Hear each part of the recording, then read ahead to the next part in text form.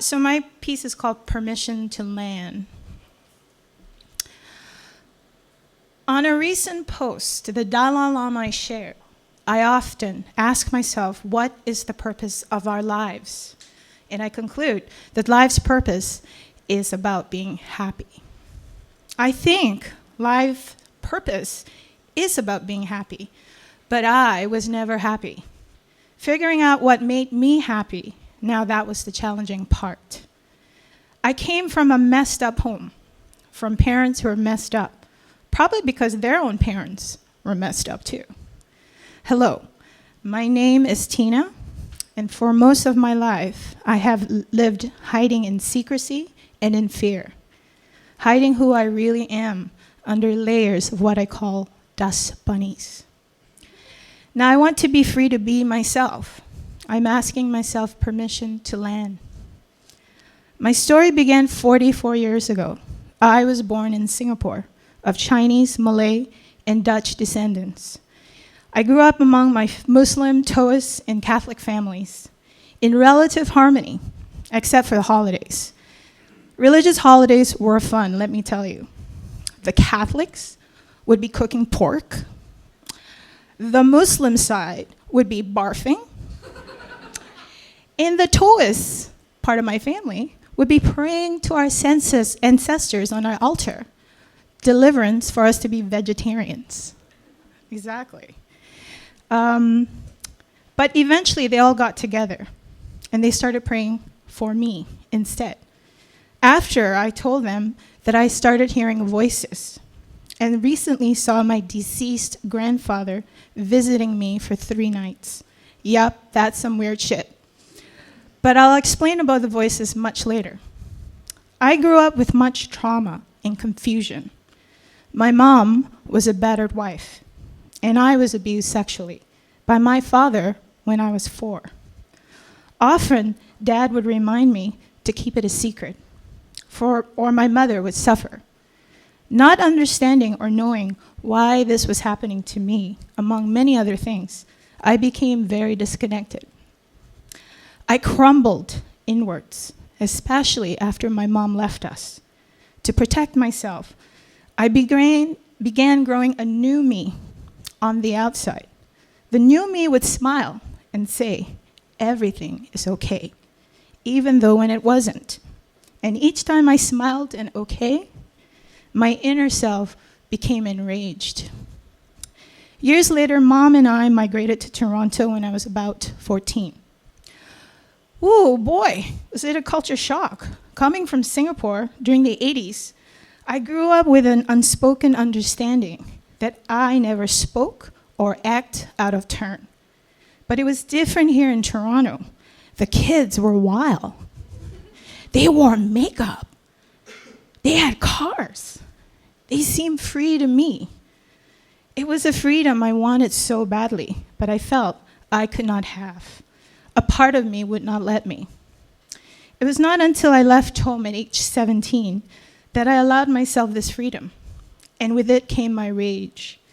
My rage led to my wiles, to my heavy smoking, drinking, sexual encounters, bulimia, and 3 attempts to kill myself by the age of 19. If I couldn't smoke, drink, fuck, or vomit my pain out, death seemed my only option. So at 19, death took me on a wild trip, and I ended on the other side. Yes, that other side, with brilliant white lights, choirs humming, and bright colors unimaginable. I experienced it all. My grandpa, however, sent me back. And this was the grandfather who visited me when he died, when I was little. I somehow knew it was not my time. And that was the last time I tried killing myself. I felt I had a purpose now, to find out why was I here. But at 19, I had neither the knowledge nor the maturity to understand this path. I needed guidance, and this is where the voices came in, my guides. I've had voices in my head for as long as I could remember. I refer to them now as Source. I do not know how Source came to be in my head. As a child, Source would show me things. It was like a film being shown on a theater screen. Images would flip and stop when Source wanted me to pay attention. Now I receive impressions, almost like a story.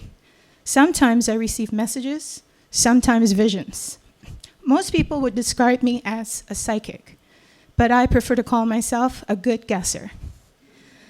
Over the years, Source has guided me in not just helping others, but myself too, leading to a path of healing and self-empowerment. My healing to self-empowerment has taken a long time because unraveling those dust bunnies is a pain in the ass. Those dusty suckers are stubborn. They hide my secrets, my fears, my pain so very well. But as tough as it was, I let myself be open. I needed to reclaim myself, my truth. And this is my truth. I recognize that I am not for everyone and that everything is not for me. I stopped feeding myself to the wiles and began feeding myself instead. And over the years, I have begun going back to collect the parts of me I have left behind. Looking back now, I see that my parents were broken, and they could only show me what brokenness was. But broken can be good. I see that now too. Like a garden, my soil was broken so I could grow better things. And like any good garden, it is tempered by the seasons, the good and the bad. And similarly to our lives, we are tempered by our experiences, the good and the bad, and how we choose to allow them to grow us. Because without the darkness, the sorrow, or the sadness, how can we ever know what is light, joyful, or happiness? It is this contrast that teaches us, molds us, if we allow it. I have begun to understand and accept that life's experiences are our teachers, that we are responsible for all our actions or no actions. I am learning to work through my ego because ego rejects all pathways to self-empowerment. And being empowered is the best thing to be because it frees us from our fears. Imagine living a life without fearing anything, a life where we love fiercely, without rules, conditions, where we give openly without feeling that something should be owed back to us, to care without restraint, without thought of how the world would perceive us, to laugh loudly, even if it sounds like a hyena. Imagine being able to live in absolute freedom with all our flaws and beauty without fear, without regrets. Wow, a pretty kick-ass kind of life, I think. At 44 years of age, I am still figuring stuff out. Still no closer understanding why I'm here. Maybe the Dalai Lama was right. The answers are simple. We are here to be happy. But could it be that simple? Regardless, I have experienced some truly profound awareness. Love is the way. Peace is the bridge. Forgiveness is the answer. And truth will set you free. And perhaps this will all lead to happiness. Who knows? For me, I am finding my happy. It is giving myself permission to land, to be my true self in all my beauties and flaws. And that includes all that weird shit too. And guess what? I just landed. Welcome me.